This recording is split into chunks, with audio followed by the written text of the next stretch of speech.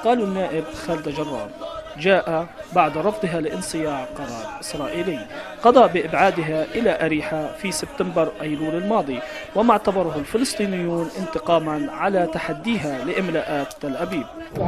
نعم، يعني اليوم تنظم الجبهة الشعبية لتحرير فلسطين ومعها كل قوى اليسار الفلسطيني والقوى الفلسطينية مسيرة احتجاجية على استمرار اعتقال النائب جرار عضو المكتب السياسي للجبهة. هذا الاعتقال الذي نعتبره مسا بالشرعية الفلسطينية ومحاولة من دولة الاحتلال للانقضاض على الشرعية الفلسطينية عبر اعتقال عشرات النواب والقادة الفلسطينيين. نحن اليوم نوجه نداء للمجتمع الدولي بأن يتدخل بالضغط على دولة الاحتلال من أجل الإسراع بالإفراج عن النائب جرار وعن كل النواب الفلسطينيين.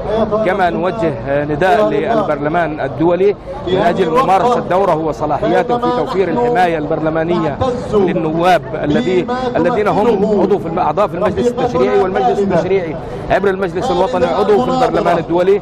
وأيضا نوجه التحية للنواب بدون استثناء ونقول لهم أن الشعب الفلسطيني كله معهم في مواجهة هذه الغطرسة الإسرائيلية التي تنتهك كل حقوق الإنسان الفلسطيني وفي مقدمتهم حقوق النواب الذين يتمتعون بحصانة برلمانية ولا يجوز اعتقالهم بأي حال من الأحوال.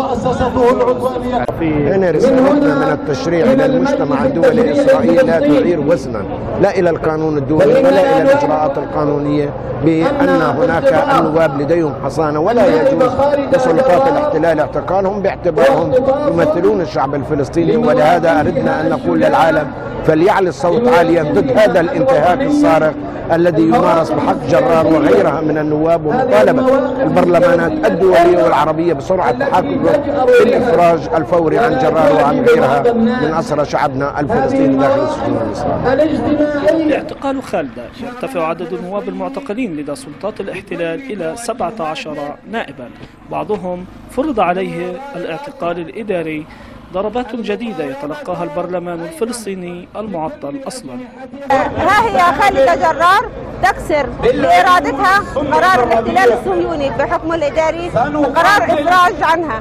هذا ليس قرار إفراج عن خالدة جرار عضو المكتب السياسي ونائبة التشريعي في جبهة الشبه الشعبية، بل هو لجميع أسرى الحرية في داخل المعتقلات.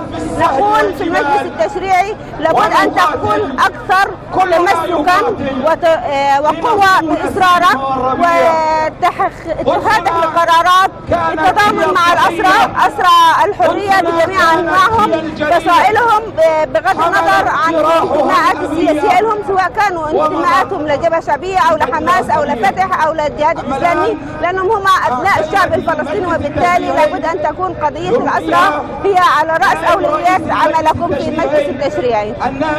نحن أتينا هنا لنوصل رسالة وهي مضمونها بأن أسرانا الأبطال من يحمل الحصانة الدبلوماسية وهي نواب التشريعي يجب الوقوف أمام هذا الموضوع، ويجب على العالم بأكمله وأعضاء البرلمان واتحادات البرلمان العالمية أن تقف وتكون حاسمة في هذا الأمر وإخراج كافة أسرانا النواب من السجون الاحتلال الإسرائيلي وفيما بعد جميع أسرانا الأبطال في سجون الاحتلال الصهيوني.